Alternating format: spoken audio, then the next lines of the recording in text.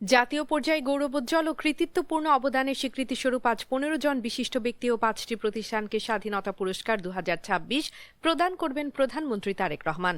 বিকেল ৪টায় ওসমানী স্মৃতি মিলনায়তনে এক আড়ম্বরপূর্ণ অনুষ্ঠানে তিনি বিজয়ীদের হাতে দেশের সর্বোচ্চ এই রাষ্ট্রীয় সম্মাননা তুলে দেবেন। এবছর দেশ গঠনে অনন্য অবদানের জন্য বিশেষত সাবেক প্রধানমন্ত্রী খালেদা জিয়াকে মরণোত্তর এই পদকে ভূষিত করা হয়েছে। মনোনীতদের তালিকায় বেগম খালেদা জিয়া ছাড়াও রয়েছেন মেজর মোহাম্মদ আব্দুল জলিল, হানিফ সংকেত, জোবেরা রহমান লিনু ও ডাক্তার জাফরুল্লাহ চৌধুরীর মতো প্রথিতযশা ব্যক্তিত্বরা। প্রতিষ্ঠানের মধ্যে ফৌজদারহাট ক্যাডেট কলেজ ও ঢাকা মেডিকেল কলেজ হাসপাতাল সহ ৫টিকে এই সম্মাননা দেওয়া হচ্ছে। ১৯৭৭ সাল থেকে চালু হওয়া এই পুরস্কারের আওতায় প্রত্যেককে ৫ লাখ টাকা, ১৮ ক্যারেট মানের স্বর্ণপদক ও সম্মাননাপত্র প্রদান করা হয়। আজকের এই অনুষ্ঠানটি ঘিরে ওসমানী স্মৃতি মিলনায়তনে সাজ সাজ রব বিরাজ করছে। তুরস্কে অনুষ্ঠিতব্য পঞ্চম আন্তালিয়া ডিপ্লোমেসি ফোরামে যোগ দিতে ঢাকা ত্যাগ করেছেন পররাষ্ট্রমন্ত্রী Khalilur Rahman. President Recep Tayyip এরদোয়ানের পৃষ্ঠপোষকতায় ১৭ থেকে ১৯ এপ্রিল পর্যন্ত চলবে এই কূটনৈতিক সম্মেলন। বাংলাদেশ প্রতিনিধি দলের নেতৃত্ব দেবেন পররাষ্ট্রমন্ত্রী। সফরের অংশ হিসেবে তুরস্কের পররাষ্ট্রমন্ত্রী হাকান ফিকেনের সঙ্গে দ্বিপক্ষীয় বৈঠকের পাশাপাশি পাকিস্তান ও গাম্বিয়ার প্রতিনিধিদের সঙ্গেও তার সাক্ষাতের কথা রয়েছে।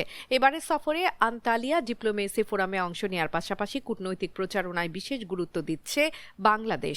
পররাষ্ট্র মন্ত্রণালয় জানিয়েছে, জাতিসংঘ সাধারণ পরিষদের সভাপতি পদে বাংলাদেশের প্রার্থিতার পক্ষে সমর্থন আদায়ে এই ফোরামকে বড় প্ল্যাটফর্ম হিসেবে কাজে লাগানো হবে। গত মার্চে পররাষ্ট্রমন্ত্রীর দায়িত্ব নেয়ার পর এটি তার দ্বিতীয় তুরস্ক সফর।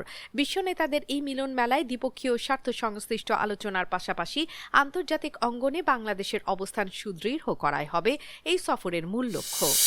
তুরস্কের দক্ষিণ পূর্বাঞ্চলে এক ভয়াবহ বন্দুক হামলায় স্তম্ভিত হয়ে পড়েছে পুরো বিশ্ব। কাহরামান মারাস প্রদেশের একটি মাধ্যমিক বিদ্যালয়ে ১৪ বছর বয়সী এক শিক্ষার্থীর গুলিতে ৮ জন ছাত্র ও একজন শিক্ষক সহ অন্তত ৯ জন নিহত হয়েছেন। বুধবারের এই নৃশংস ঘটনায় আহত হয়েছেন আরও ১৩ জন, যাদের মধ্যে কয়েকজনের অবস্থা আশঙ্কাজনক। দেশটির স্বরাষ্ট্রমন্ত্রী মুস্তাফা চিফচি জানিয়েছেন, এটি কোনো সন্ত্রাসী হামলা নয়, বরং ব্যক্তিগত ক্ষোভ থেকে করা আক্রমণ। পরপর ২ দিন স্কুলে এমন সহিংসতার ঘটনায় দেশজুড়ে চরম আতঙ্ক ছড়িয়ে পড়েছে। তদন্তে জানা গেছে, ৮ম শ্রেণীর ওই ছাত্র তার বাবার লাইসেন্সকৃত ৫টি আগ্নেয়াস্ত্র ও প্রচুর ম্যাগাজিন ব্যাগে ভরে স্কুলে নিয়ে আসে। এরপর ৫ম শ্রেণীর ২টি ক্লাসরুমে ঢুকে ১০ থেকে ১১ বছর বয়সী কোমলমতি শিশুদের ওপর নির্বিচারে গুলি চালায়। সিসিটিভি ফুটেজে দেখা গেছে, করিডর দিয়ে যাবার সময়ও সে শিক্ষার্থীদের লক্ষ্য করে গুলি ছুড়ছে। এক পর্যায়ে হামলাকারী নিজেও আত্মঘাতী হয়। পুলিশ ইতোমধ্যে তার পুলিশ কর্মকর্তা বাবাকে আটক করেছে। মাত্র একদিন আগেই সানলি উরফাতে একই ধরনের ঘটনায় ১৬ জন আহত হয়েছিলেন। তুরস্কে বন্দুক আইন বেশ কঠোর হলেও ব্যক্তিগত পর্যায়ে অস্ত্রের ব্যবহার এবং এমন বিরল স্কুল শুটিংয়ের ঘটনা দেশটির নিরাপত্তা ব্যবস্থা ও জনমনে বড় ধরনের উদ্বেগের সৃষ্টি করেছে। কর্তৃপক্ষ আগামীতে কঠোর সতর্কতামূলক ব্যবস্থা নেওয়ার আশ্বাস দিয়েছে।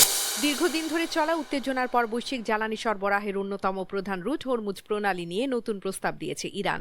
তেহরানের পক্ষ থেকে জানানো হয়েছে, ওমান জলসীমার অংশ দিয়ে বাণিজ্যিক জাহাজগুলোকে হামলার ঝুঁকি ছাড়াই চলাচলের সুযোগ দিতে তারা রাজি। তবে এর বিনিময়ে নতুন করে সংঘাত এড়াতে যুক্তরাষ্ট্রের সঙ্গে একটি কার্যকর চুক্তি সম্পন্ন করার শর্ত জুড়ে দিয়েছে দেশটি। গত ২৮ ফেব্রুয়ারি যুদ্ধ শুরু হবার পর থেকে অবরুদ্ধ এই গুরুত্বপূর্ণ নৌপথটি দিয়ে বিশ্বের প্রায় ২০% তেল ও গ্যাস সরবরাহ হয়। বর্তমানে এই প্রণালীতে শত শত জাহাজ ও কয়েক হাজার নাবিক আটকা পড়ে আছেন। মার্কিন প্রেসিডেন্ট ডোনাল্ড ট্রাম্প যুদ্ধ প্রায় শেষের পথে বলে ইঙ্গিত দিলেও হরমুজ প্রণালীর নিয়ন্ত্রণ নিয়ে দর কষাকষি এখনও তুঙ্গে। ইরানের নতুন প্রস্তাব অনুযায়ী ৩৪ কিলোমিটার প্রশস্ত এই সংকীর্ণ জলপথের ওমান অংশটি উন্মুক্ত করে দিলে ভারত মহাসাগরে পণ্য পরিবহনের প্রধান রুটটি আবার সচল হবে।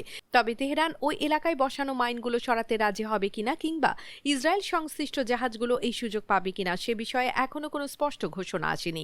ইতিপূর্বে জাহাজ থেকে টোল আদায় বা সার্বভৌমত্ব আরোপের মতো কঠোর অবস্থানের কথা বললেও এই প্রস্তাবটি ইরানের কিছুটা নমনীয় কূটনীতির প্রতিফলন। হোয়াইট হাউস বা ইরানের পররাষ্ট্র মন্ত্রণালয় এখন পর্যন্ত আনুষ্ঠানিকভাবে কোনো মন্তব্য না করলেও বিশ্লেষকরা মনে করছেন, ১৯৬৮ সালের জাতিসংঘের দ্বিমুখী নৌপথ ব্যবস্থা পুনরুদ্ধারের এটিই প্রথম দৃশ্যমান পদক্ষেপ। এখন দেখার বিষয়, ওয়াশিংটন তেহরানের এই শর্তগুলো মেনে নিয়ে বৈশ্বিক জ্বালানি নিরাপত্তা নিশ্চিত করতে কতটুকু প্রস্তুত।